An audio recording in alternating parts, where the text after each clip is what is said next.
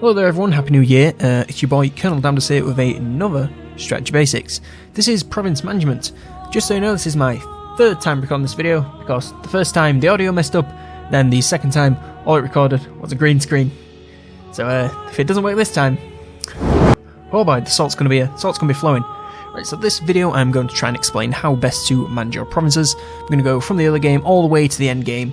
So we're going to go over what you want to build, when you want to build it, and how to know these things, without watching this video on a constant loop. But, if you want to do that, that's totally fine by me, and I'd highly recommend it. Subscribe and watch all my videos on a loop. Thank you! Okay, let's get into the video. Okay, so we have my little save here. It's the High Elves on the Ritual. I played them on the Ritual because it is ridiculously easy to get to a point in the game. Like, I think I played this for like 4 hours or something, and I already have Lorthen at the max growth. But I have a couple of other settlements that are a bit less developed, like Reaver's Mark here, so I can give you some examples and some scenarios. So we're going to start with the early game, and it is a lot more reactive in the early game than it is in the late game. And that's pretty much because, you have nothing. You have no money, you have barely any army, you don't have much happiness, possibly some corruption issues, you just have to do what you got to do, rather than thinking, actually, in my ideal perfect world, this is what I'm going to build. You just have to put that out of your mind. And I'm not saying don't plan, because of course you want to plan. You want to be thinking in the back of your mind, when I get to the end game, this is what I want in this settlement. But now, this is what I need in this settlement. Hope that makes sense. For example, if you need gold, let's say, you're on turn like 15 or something, you've got about 3,000, 4,000 gold, and you get in, a couple hundred, maybe 1,000 per turn, but you want to field another army soon. The starting wars, it's starting to wear thin, and maybe you want to field another army, or maybe you just want to upgrade the current one you have with some more units. Of course, you're going to need some gold to fund these units, so you want to build some economic buildings. So let's say Reaver's Mark here is one of our miners' settlements. And, we're like, okay, we want money, so what do we build? Well, generally, every faction in the game has a building that is like this one. The Elves have the Elven Craftsman, which gets them 100%, which gets them 100 income, and because it's the Elves, it gets them some Elven trinkets, which can also be traded. But generally, it's just going to get you some income for most of the factions, which is, of course, fantastic. And as the settlement grows, you can of course upgrade this, so 150 there, then 200 there, and that's going to be a nice bit of background income, especially when you build this in a few settlements. Like, you have 10 settlements with that, you got like 2,000 extra gold, and then, maybe some bonuses from the Elven trinkets. That's fantastic. Of course, you can also build resource building, so here we can see the wine. First level you get 21, then 32, and then 48, and you can of course trade these with all your friends. Of course, depending on what faction you're playing, trade can be more or less difficult, but generally if you have quite a few tradable resources, people are going to want to trade with you, and you can make some fantastic money for that. Like, we're on turn 85 here. If we go to my treasury, we can see I'm getting 10,846 from taxes and 9,233 from trade, so we're almost getting more from trade than we are from taxes, which is, fantastic. Like, if we look here at actual income, if we didn't have trade, we wouldn't be making anything, pretty much. We'd be in the red, but because of trade, we are well in the green and making some fantastic buckaroos. And of course, there are other ways to make income, like you can raid, you can sack, you can loot, you can do all these things, but having background income like this, it's constant. My perfect faction, plan, is that when all my armies are sat around, they're not doing anything, they're not in any active battles, they are just, waiting or moving or doing whatever, and they're not actively making me any money. I want to be making money. I don't want to be in the red, even if it's only a little bit. Like, if you're playing the Orcs, they're very focused on raiding and sacking and things like this. I always want to be in the green at all times, so that, I'm in the green and I don't have to worry. Because if I'm sat around, then I can't raid or I can't sack or my armies get defeated. I want to have money that's being stocked up to, replenish those armies and to keep the kingdom afloat. Because, if we run out of money, then, it's not very good. Another thing that a lot of factions struggle with in the early game is public order. Now, depending on what faction you are playing, this can be a more or less severe issue. For High Elves, it isn't too bad, but in the very early game when you're at war and you're taking the starting province especially, you're going to have a lot of provincial instability and things like that, so you kind of want to put a band-aid on it for now and, actually solve the root issue a bit later on. So, as I said, every single faction in the game will have a building like this. For the High Elves, it's the Plaza, which also gets them some money, but the main effect that we're looking for here is the Public Order. So that's +2, then +3, then +5, then +8, and then +12. And of course, since it's going up to the max tier, ideally you do want to build this in your capitals of your provinces, but, you know, if you just need a quick fix, like if we were down -1 public order, we could just build this and that just pushes nicely over the edge, and then once we get a bit sorted out, we can come back, rebuild later. But, as I said, public order issues, build something like this. Now there are a few other buildings, unique buildings, pink ones like this, that may offer you some public order, but generally it's going to be the green buildings that do it, so they are your most reliable source, and they're also, you know, you're able to build them from tier 1, so it's very, very simple and straightforward. Now, corruption is one of those things that affects every faction. Of course, there are the different types of corruption. There is Untainted, which is lack of corruption. There's Chaos Corruption, Vampiric, and Skaven. Of course, these are all linked to their relative races. So, you know, the Chaos, that's Norska, and obviously Chaos. Beastmen, trying to think if anyone else has this. Maybe a couple of Dark Elf factions. Vampiric Corruption is, of course, the Vampire Coast and the Undead factions, and the Skaven Corruption is obviously from the Skavens. But generally, if you are a faction that doesn't like corruption, like the High Elves, the Empire, the Dwarves, etc., then you want Untainted. Now, if I was neighbouring with the Vampires, I'd have a very heavy Vampiric Corruption issue because of just how they work. They spread corruption to all their nearby provinces, which, you know, is a good attempt to destabilise, and it's very annoying. So if I want to counter this, then my only option would be this Shrine of Azurin here, and of course, since it goes up to tier 5, I would of course need to build that in a capital, as there is one here, and then I could upgrade it. So at the base level, it'd be +6 Untainted, and then +8 and +1 adjacent, and then +10 and +2 adjacent. So that'd be very useful. So if we had some vampires near us, they would need to focus a lot of resources on Vampiric Corruption to even touch that +10. And then the +2 on top of that. And even better, the +2 adjacent, so if we have vampires right next to us, we can lower the corruption in there, and of course kind of pave the way for our invasion, and help destabilise their settlements. You know, if they have no corruption, then they get rebellions, which is of course very good for us. Now, for the vampires, they actually have a building in the green tree here, which will let you get more corruption in your own province and the adjacent ones. But for a lot of factions, it is going to be something in the purple tree, so you have to be prepared to shell out, you know, upwards of 3,500 gold. So it can be very expensive, but, you know, it's just what you have to do. If you really want to put a band-aid on it, you can just upgrade your public order buildings, which are a bit cheaper, and, you know, just kind of ignore the corruption and hope that it goes away a little bit later. But, as I said, that's a band-aid. If you want a proper solution, then you go for the Untainted. Now, if you're at war, and I know you are, because, you know, it's called Total War, it ain't called Total Peace. So let's say we are at war with... Let's say we're at war with these guys. We're at war with... What are they called? Yeah, I'm not even going to try. Ires? I don't know. The elves have weird names, alright? Ivres? Wyvres? Okay, say we're at war with them. Our most vulnerable settlements are, of course, the Glittering Tower here, and possibly Anduriel. God damn, I picked the wrong race to do this with. But anyway, so let's say they declare war on us, and we can see an army right here. Well, we of course know that they're probably going to march their army to the closest settlements, so it'd be worth building a wall here, as we have, and perhaps in the Glittering Tower, if it wasn't so full, we could build a garrison there as well. Now, garrisons work differently depending on what settlement you build them in. If you build it in a mine settlement, let's have a look at the Glittering Tower here.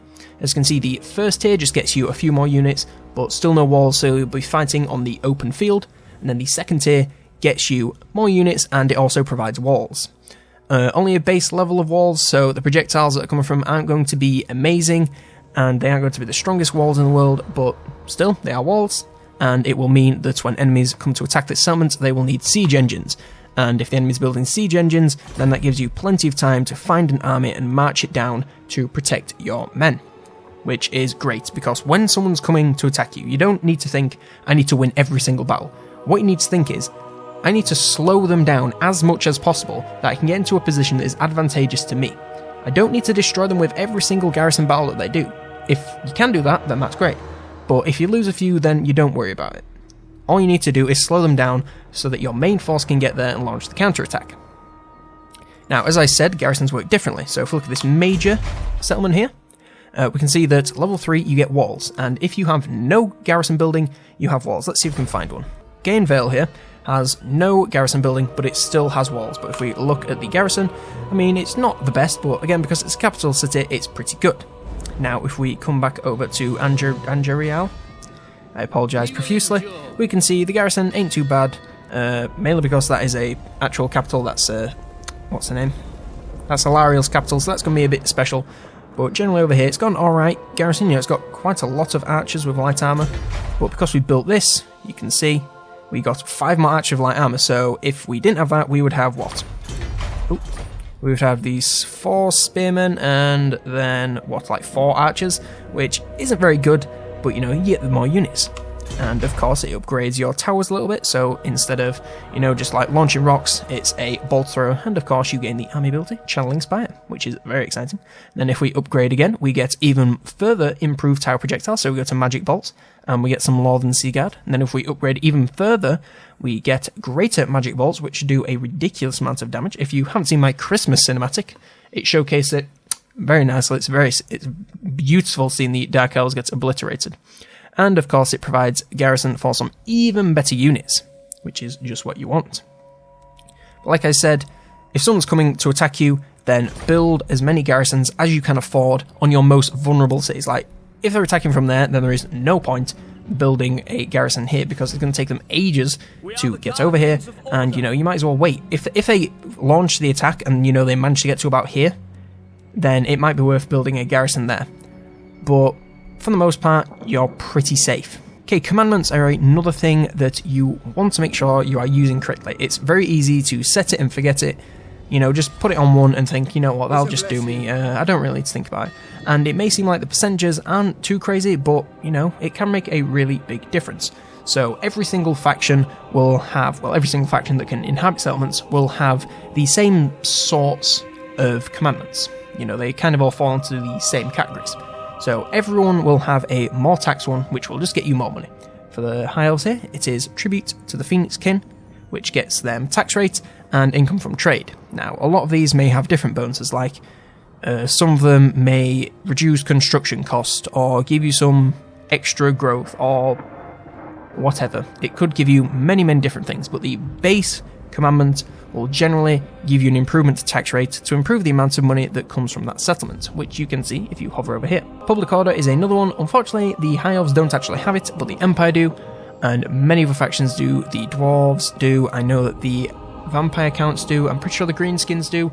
Many factions, almost all of them, have a Public Order commandment, and all it will do is increase the public order in that province and possibly some other minor things. They all usually have a recruitment one. The High Elves have Rally Citizen Militia, which grants them an increase to local recruitment capacity and an increase to recruit rank. You can also see things like a reduction to the recruitment cost, maybe even a reduction to some recruitment time of certain units, but it's generally going to be things surrounding recruitment.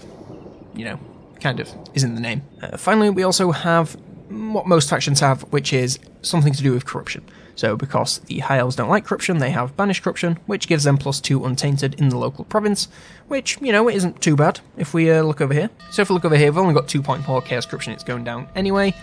But, you know, if we were really struggling, we could always knock this on, and it'd just bring the corruption down a little bit, which of course would improve the public order. And, you know, if we were suffering from attrition, we wouldn't as much. We also have more growth, so we have Rebuild Lost Splendor for the High Elves, which grants them +20 growth and also some reduction to construction cost. Now, growth is this thing over here, if you didn't know, and what it basically means is when it gets 750, you'll get another growth population, you'll get another population surplus point, and with those points you can upgrade your settlements. So we don't actually, if we look over here, we have 2 population surplus points at the Nagarith. And if we want to spend these on this, we can do that. And then we need to get 125, and then, you know, the next tier, and then the next tier, and then eventually we can get, you know, 5, and then we can build the tier 5 settlement. So not only do you need the gold to upgrade settlements, you also need the growth. And again, this is something that most factions that inhabit settlements in the game have. They have something that will increase the growth, which is of course very useful. Now, in the late game, it's goes from what you need to what you want. As I said before, the early game is reactive. The end game is where you really want to be active and thinking about what you want from your settlements and each of your provinces. Now, for me, I like my capital to be able to recruit every single unit in the game, and we can actually do that for the high elves here. So if I recruit a general, or lord, as you can see here, you can recruit everything from the high elf roster, or at least everything that I want. I like to have all the options, even though I generally go for the same stacks in the end game once I have everything recruited. But as you can see, there's not really anything else here. There's a resource building, but mainly because it's a resource building, it's unique to, well, it's not unique, but it can't be built everywhere, is my point. So I decided to build that. If we look at Lorthen here, all we have is the unique buildings and then the purple ones, which need to be built in tier 4 or above. And then a couple of things to increase the public order and a little bit of money to be able to recruit nobles as well. But I don't think it's necessary to have every single settlement have the exact same layout. So if we can recruit here, then why would we want to recruit everything here? Like, if we have a guy here, we can literally move him there in a turn, recruit everything, then move him there back. Like, we only lose 2 turns. So for this place, I'd probably want to focus more on the economy. Or, you know, some tradable resources, like we have the wine here, we have the unique building there. What could we build? We could build one of these, that'll get us a bit more trade faction-wide, something like that. It benefits the whole faction, rather than, you know, military, which only really benefits the local area. So I kind of like to do this thing where, you know, I have my main capital settlement here that can recruit everything, and I'll leave a gap, and then my next settlement will be able to recruit everything. So in Safra here, you know, we'd build all the recruitment buildings, fill this up with the purple ones, etc, etc. And then over here, that's Avalon, we would make it into a economy or a trade resource place. So we could, you know, get the exotic animal tamer, and then if we come over here, we could then make that into a military one, and so on and so forth. So you see, just leave a gap, because you don't need it every single place. I mean, if you do want it every single place, then, you know, power to you, and you can go for that, but me personally, I don't find it too necessary. Now, garrisons, ideally, I like to have them built in every single settlement. As I said, slow down the enemy as much as possible. You know, if someone comes to attack us, we don't want them to just blitz through all our settlements, because, you know, they're incredibly weak. We want them to be difficult, we want them to have to work to take them. So every single settlement that can have a garrison, I would recommend doing, in the end game, as I said. If you can't afford it, you know, if you need the money or the public order in the early game, then that's just fine. I have slightly broke my own rule, mainly because of how this place works. I wanted all the military buildings here, so I couldn't afford to build a garrison, but because of where the Tower of Lyzine is, it's pretty central, so if the enemy wants to attack me there, then they're going to be in the middle of all my settlements anyway, so, you know, I can just roll them over with my army, so it's not too much of a struggle. It's also worth noting, by the way, that some factions can struggle to fit their entire military. Like, this is Lorthen, and it's our capital, and we can only just fit everything in.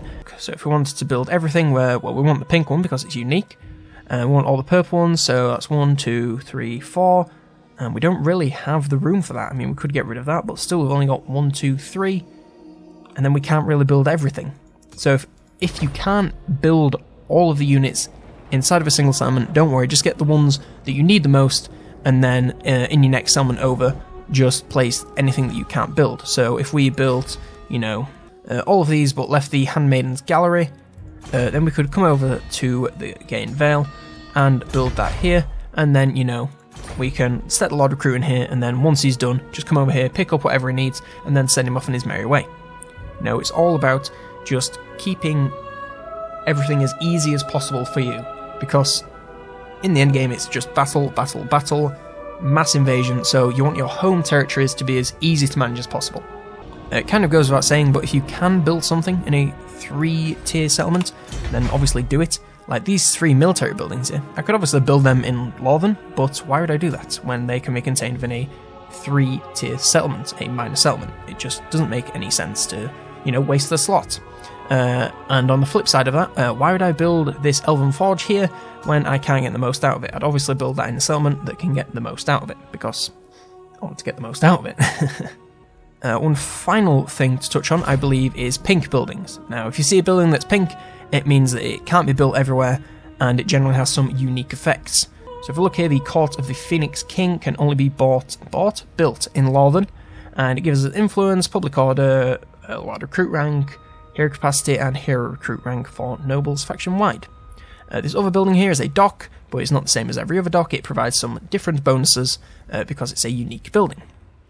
The only exception to this rule that I can see so far is these garrisoned ancient waystones. You can build them in any settlement that has, where is it? This symbol on it, but that's part of the Vortex campaign. If you're playing Mortal Empires, that won't appear, and you know, things like this, it'll just be the Shrine of Cain building. You won't be able to build this here. It'll just be nothing. So that is the only exception to the pink unique rule. But generally, if you see a pink building, it is always worth building because it will give you some unique effects that you can't get anywhere else in the entire map. I believe that is everything. I really hope this recorded this time, because if not, oh boy, my sodium levels are going to go sky high. But I hope you enjoyed this video. I hope you found it helpful. This was a special request from a dear old friend of mine. But yes, thank you very much for watching. If you enjoyed this video at any point, then please do leave it a like. I really appreciate it so much. If you have any comments, if you have anything that I missed, if you thought this was terrible, if you thought it was great, anything at all, then leave a comment down below. I will read it and I will get back to you as soon as I can. If you want to see more videos like this, then maybe click that subscribe button to stay up to date. You know, hit that bell thing too if you feel like it. It is free after all. I'm covering everything I can about Total War Warhammer series, maybe a couple of other strategy games if any take your fancy. Leave them in the comments, I might check them out. But for now, I was COLONELDAMNEDERS, and I'll see you next turn.